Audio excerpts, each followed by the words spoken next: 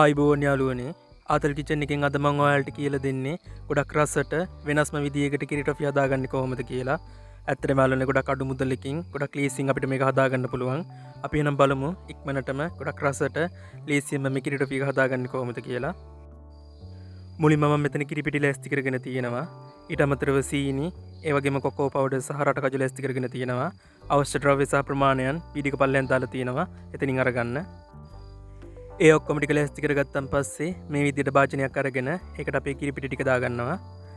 ඒ වගේම සීනි, ඊට අමතරව කොකෝ පවුඩර් ටිකත් එකතු කරගන්නවා. මේ ටික එකතු කරගත්තන් පස්සේ මේ ටික හොඳින් කලවම් කරගන්න ඕන. අත්‍තරම යාළුවනේ මෙතන රෙසිපි දෙකක් තියෙනවා. ඔයාලට මේ චොක්ලට් පවුඩර් දාන්න නැතුව අපි සාමාන්‍ය කන කිරි ටොෆි උනත් මේකෙන් හදාගන්න පුළුවන්. චොක්ලට් කිරි ටොෆි කන්න කැමති නැත්නම් කොකෝ පවුඩර් නොදා හදාගන්න.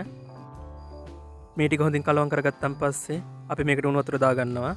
දාගෙන ආයෙත් මේ ටික හොඳින් කලවම් කරගන්නවා. මම දීලා තියෙන ප්‍රමාණයෙන්ගෙන්ම මේ අවශ්‍ය ද්‍රව්‍ය ටික අරගන්න යාළුවනේ. වීඩියෝ එක පල්ලා ඩිස්ක්‍රිප්ෂන් එකේ ඒ ඔක්කොම තියෙනවා.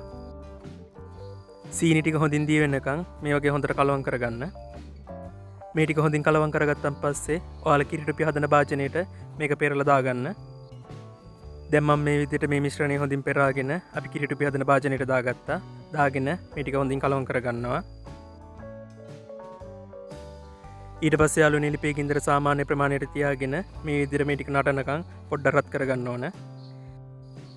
ඔයාලා දන්නවා කිරි ටොපි හදනකොටන් දොදල් වගේ තමයි ගින්දර නිතරම පාලනය කරගන්න ඕන. දැන් මේක මේ විදිහට රත් වෙලා නටන්න පටන් ගත්තන් පස්සේ අපි මේ වගේ මේක හැඳි ගා ගන්න ඕන. ඒ වගේම තමයි මේක නටන්න පටන් ගත්තන් පස්සේ ලිපේ ගින්දර අඩු කරගන්න. දැන් ඉතින් යාළුවනේ කොටි වලි ගැල්ල ගත්තා වගේ තමයි දිගටම මේක හැඳි ගන්න තමයි තියෙන්නේ. විනාඩි 10ක් විතර අඩු ගින්දරේ අපි මේක හැඳි ගා ගත්තන් පස්සේ ආයෙත් ලිපේ ගින්දර සාමාන්‍ය ප්‍රමාණයට වැඩි කරගන්න ඕන. වැඩි කරගෙන තව විනාඩි 5ක් විතර මේක මේ විදිහට හැඳි ගා ගන්න ඕන. දැන් මේ තියෙන යාළුවනේ විනාඩි 15කට විතර පස්සේ අපේ මිශ්‍රණය තව විනාඩි 5ක් විතර හැඳි ගාගෙන ඉවරනම් පස්සේ මම මේකට බටර් ටිකක් එකතු කරගන්නවා. එකතු කරගෙන ආයෙත් මේක හොඳින් කලවම් කරගන්න ඕන. අපි මේ විදිහට බටර් එකතු කරගත්තේ මේක නටන්න පටන් අරගෙන විනාඩි 20කට විතර පස්සේ. මේක නටන්න පටන් ගත්තන් පස්සේ අපි ලිපේ ගින්දර අඩු කරගෙන විනාඩි 10ක් විතර හැඳි ගා ගත්තා. විනාඩි 10කට විතර පස්සේ අපි ලිපේ ගින්දර සාමාන්‍ය ප්‍රමාණයට වැඩි කරගත්තා. එතන ඉඳලා තාම ලිපේ ගින්දර සාමාන්‍ය ප්‍රමාණයට තමයි තියාගත්තේ. මේ වෙලාවේදී මම පොඩියට කපාගත්ත රටකජ ටිකක් මේකට එකතු කරගන්නවා. ඔයාලා ගාව තියෙනවා නම් කජ එකතු කරගන්න. රටකජ ටිකත් කලවම් කරගත්තන් පස්සේ මම මේකට මේ විදියට කුඩු කරගත්ත එන සාල් එකතු කරගන්නවා.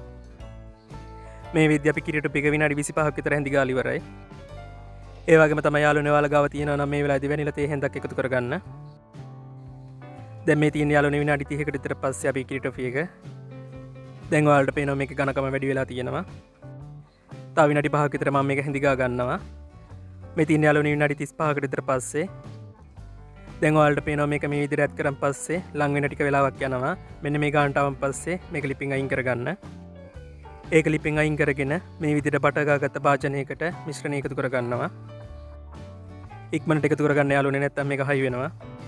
ඒ ඔක්කොම ටික එකතු කරගත්තන් පස්සේ මම මේ විදිහට කෙසෙල් කොලයක් අරගෙන මේ ටික හොඳින් මට්ටම් කරගන්නවා. ඔයාලට අවශ්‍ය ඝනකම අනුව මේක හදාගන්න. මේ වෙලාවේදී කඳුළු පයින් රත් වෙලා දින්න යාළුවනේ. ඒ හින්දා පරිස්සමෙන් කරගන්න.